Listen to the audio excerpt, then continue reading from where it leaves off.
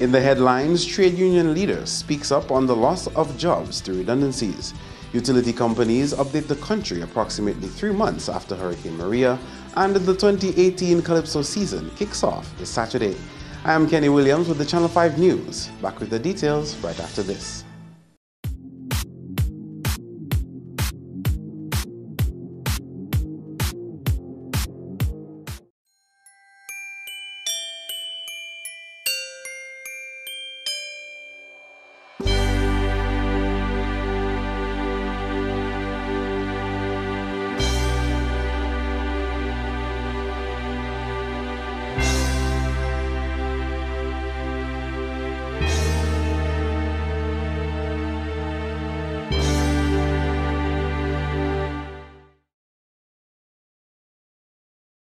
M&J Covering is the producer of designed galvanized and galvalume in Dominica.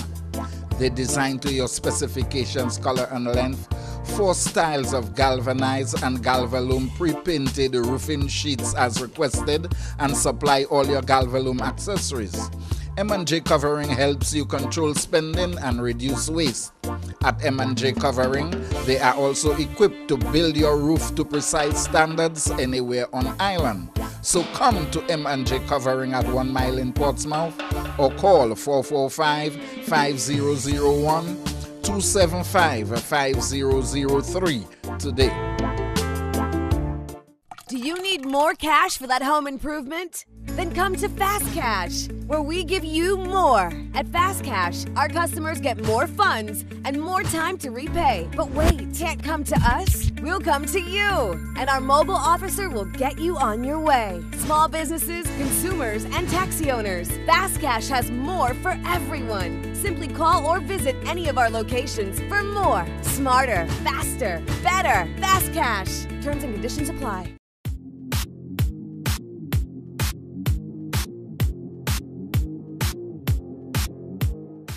Welcome back.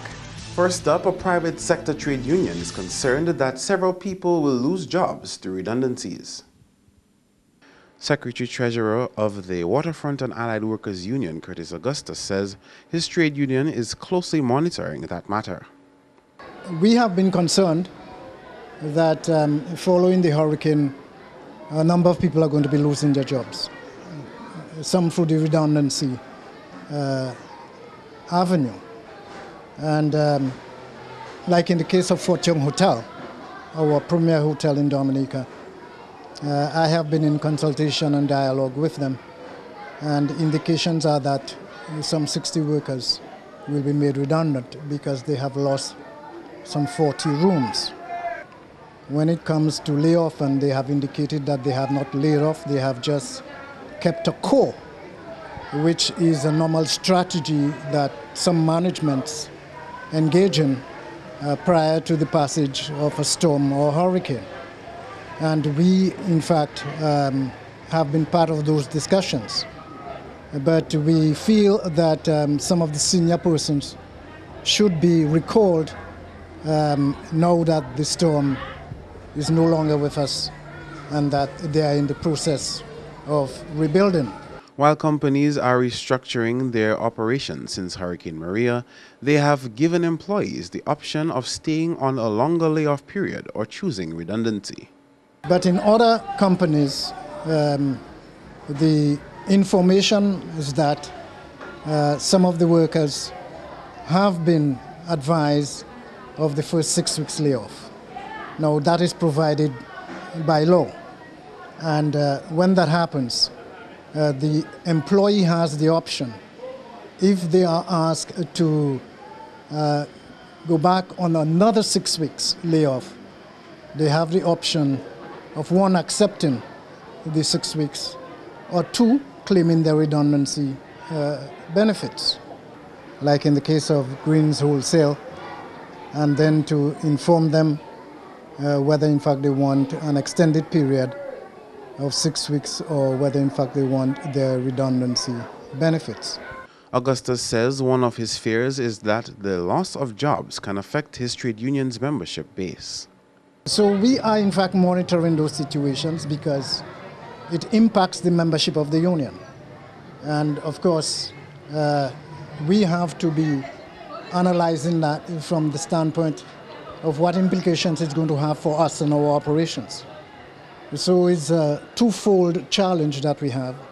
One in terms of the representation of the workers, and two in terms of providing the sort of service that the workers come to expect from the Waterfront and Allied Workers Union. In other news, 88 days after Hurricane Maria hit, Dominica Water and Sewage Company, DOWASCO, reported that 80% of Dominicans now have access to potable water. At a press briefing on Friday, Dominica's sole water service provider noted that while some cases of water restoration are temporary, its team is working towards having a greater number of people access water by January 2018. We have in fact accomplished quite a bit since the last briefing. We are at the point now where about 80% of all of the people of Dominica has access again to potable water, albeit on a temporary basis in many cases. Systems that were restored or, very temporarily so that people could have water, which is life. And so we recognize that we have to revisit those systems and to make them more robust, and we are putting things in place to do that in the new year. Etinoff reported that 7 water systems are still not operational, and as a result, there are some communities without water. However, he says DOWASCO has a plan to supply more areas with water as soon as next week. We still have some communities without access to potable water. The number of those, about 7 water systems, are still down and out. We are happy, however, to report today that part of the challenge that we have, which is electricity, we are able to overcome in part because of the generous contributions of electricians Without Borders, who have donated to DOWASCO an amount of 8 generators. We received those yesterday. They are now in our stores, and we will begin as early as Monday to deploy those where they have to go and to begin to pump water to those communities. DOWASCO admits to having some challenges that have impeded their ability to provide water to communities faster. We do have other challenges in terms of pipes and fittings and other supplies. It does take some time to get those from outside into Dominica, and with regards to shipping, sometimes the boat would come and kind of dock for a day or two, would go to another port and then come back. And so we have had those challenges, and those two have contributed to the delays that we're experiencing today. Access to many of our sites still remain a major issue. We are still trying to create access to build roads so that we can get to intakes, get to pumping stations, get equipment and get pipes in those areas so that we can begin to provide water to the communities. So in a nutshell, some of the systems that we expected to restore before Christmas, we can now still restore some by mid-January, and 1 or 2, I believe, towards the end of January 2018. But by and large, with the exception of 3 systems, I believe all the others will be restored this year.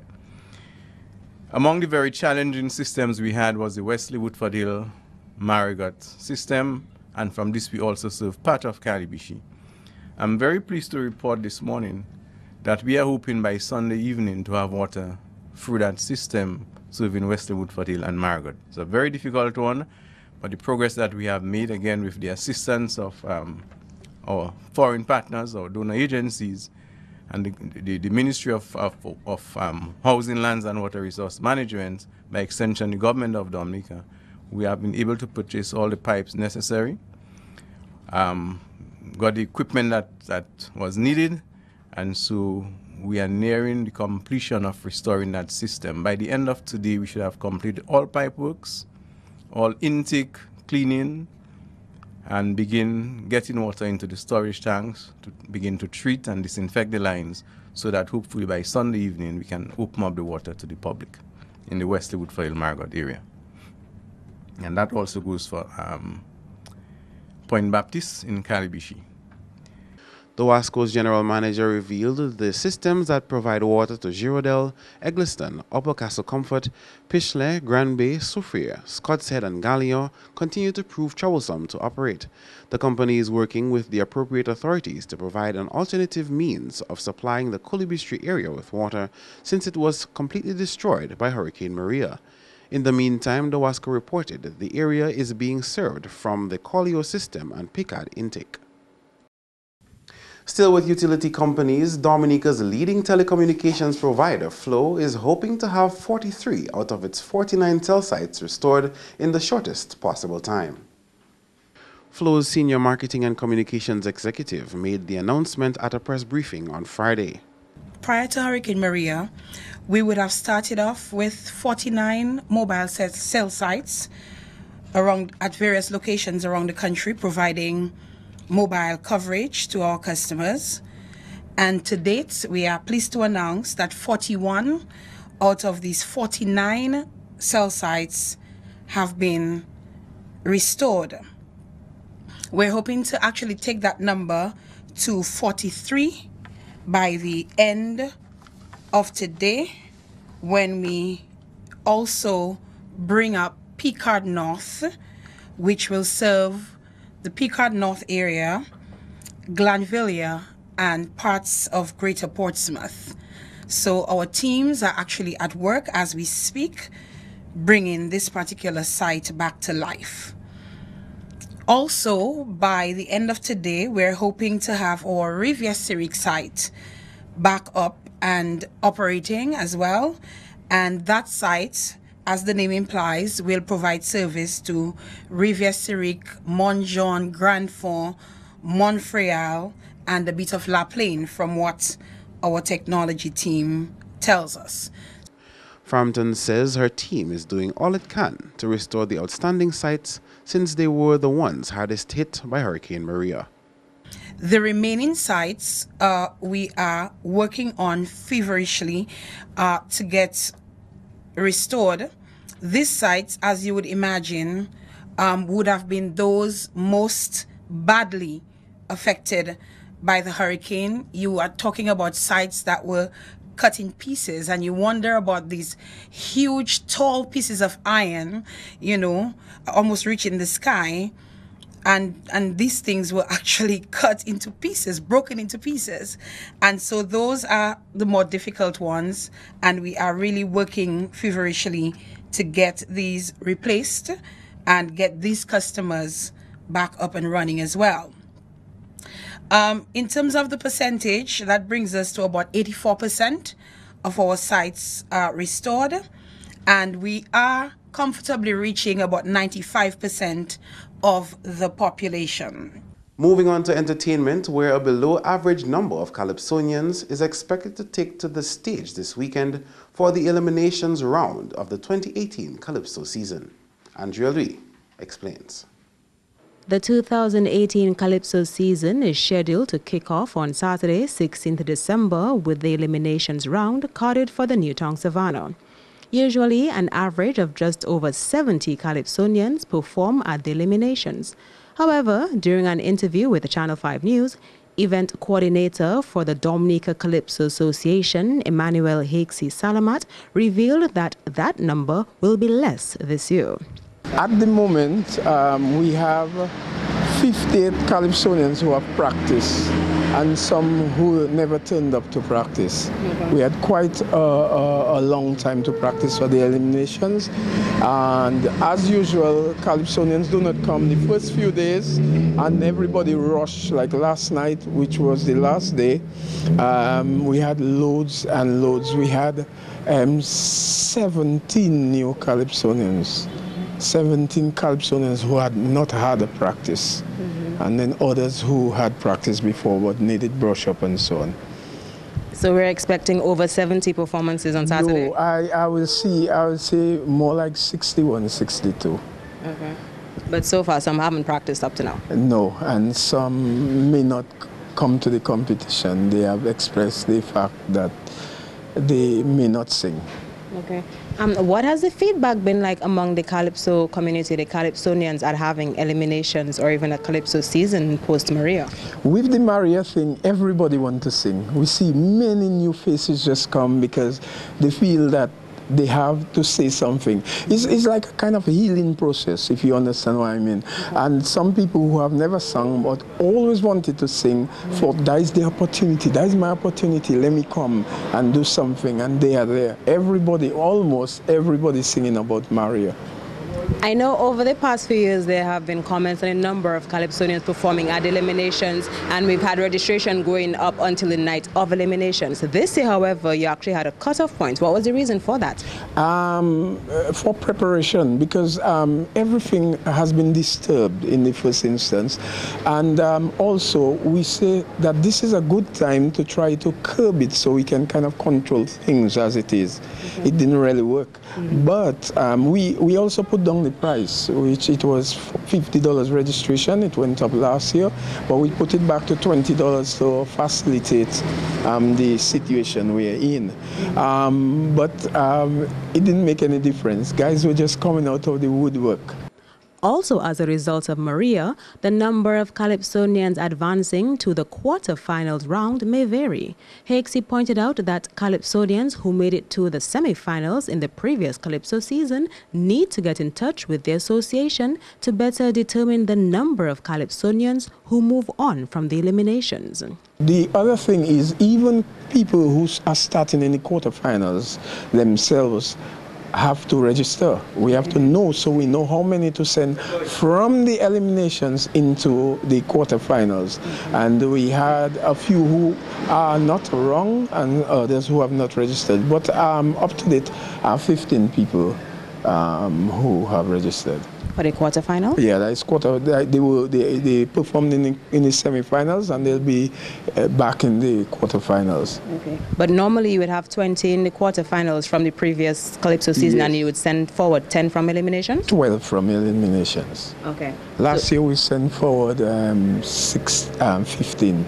Oh, okay. Because we had some absentees. 13th of January is the quarters, 27th is the semis, and the finals is carded to take place on the 10th. Currently, the venue for the finals of the Calypso competition is being discussed. However, the Newtown Savannah has been settled on as the location for the other 3 legs of competition. It's a brilliant venue. We know it. We know Newtown Savannah is good. We don't know. I have doubts about it for the finals, but it doesn't. It's not to do with the venue. It's to do with parking and other logistics. It's not to do at all with the venue. I think the venue is perfect. But having said that, we couldn't be in Harlem Plaza because it's not prepared. Usually, traditionally, the eliminations is in Harlem Plaza. Everybody come to Harlem Plaza, and I hope we can go back to Harlem Plaza next year. But this year, we'll be at Newtown Savannah, and we'll be doing a good job there. So this Calypso season, will all of the legs of the competition be held at the Newtown Savannah? We still have hopes that we can get somewhere else for the finals, but we are setting store for Newtown Savannah. We are saying that we are preparing ourselves in case of anything, that everything is done at the Newtown Savannah. It will save a lot of things anyway, but you can never tell. That is true. We know it's just the finals that we're looking to see if we can get our usual venue, either the stadium or Potter's Savannah. But Potter's Savannah itself needs a lot of preparation. You can never tell. Dominicans are resilient, as we see, through the hurricane. Yeah. And Dominicans can do things when they want to do it. Dominicans love Calypso, and they will do anything for Calypso, some of them. The Calypso eliminations is carded to start at 8 p.m. on Saturday, 16th December at the Newtown Savannah. Reporting for Channel 5 News, I am Andrea Louis. In more top stories, builders are being engaged by the state to rebuild private homes instead of directly providing homeowners with materials. Local Government Commissioner John Fontaine, who is responsible for shelters, said that will be part of government's response to housing needs post-Hurricane Maria. I understood in some areas some parliamentary representatives have been meeting builders within their constituency to talk with them regarding that very program. And from lessons learned in past times, I don't believe that people are going to be given materials. They will engage builders to do it. So they will provide you with, in other words, you'll go back with your keys, you go back to your place. You don't have the headache of looking for help to do it because already you can't afford. Damage and needs analyses have been taking place island-wide, including at shelters. The Prime Minister just announced a program recently, and that is to help the elders who are vulnerable, who maybe their houses, a few galvanized came out and they have no means of repairing and so on. So there's a program that should go on stream very soon in the various districts, various communities, so that people can get that type of assistance so that they can go back home. So there's a form that we use in the shelter, as well as there's a damage and needs analysis which is ongoing. We're basically looking at a true picture of what happened to the housing stock. There's also another effort by the housing division looking at the damage to the housing sector. But the Ministry of Social Services, we are a little bit advanced, a little more advanced. And the Director of Tourism, Colin Piper, says Dominica's newest tourism campaign is already gaining considerable support from the international community. Andrea Louis has more. Last month, the Discover Dominica Authority had announced that 2 volunteerism packages were being offered for people interested in assisting the country's recovery efforts. Volunteerism is the combination of international volunteering and tourism. It is the practice of individuals going on a working holiday or volunteering their labor for worthy causes. Piper says Hurricane Maria had accelerated the country's volunteerism campaign, which can be used to help Dominica rebuild from the ravages of the storm. The tourism director is also of the view that the volunteerism campaign will be a mainstay on the variety of tourism products offered by the country. Just to make special mention of the volunteerism program, which is a niche that we had intended to develop in Dominica, which has been accelerated due to Hurricane Maria, but which is probably a very apropos product to be selling as it relates to Dominica right now, because it's a combination of meaningful travel, traveling to a place that you love, as well as the ability to give of your time to do things like helping to clean up, helping to, whether it be monitoring of wildlife and things of that nature. We've been getting a lot of interest in the program, and we definitely believe that it's a program that will be here to stay. Much like festival tourism and hiking and diving, volunteerism will now become a mainstay as part of the suite of products that Dominica offers. The 2 volunteerism packages being offered are restoration works along the Indian River and the clearing up of segment 10 of the Waitukubuli National Trail.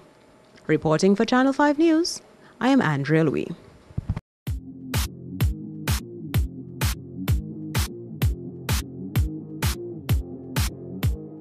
To end the news, the headlines again. Trade union leader speaks up on the loss of jobs through redundancies. Utility companies update the country 3 months after Hurricane Maria, and the 2018 Calypso season kicks off this Saturday. Feel free to contact us at news@marpin2k4.com. You can also access our past newscasts on our YouTube channel. On behalf of the entire production team, I am Kenny Williams. To all our viewers all around the world, thank you so much for watching. Join us next time.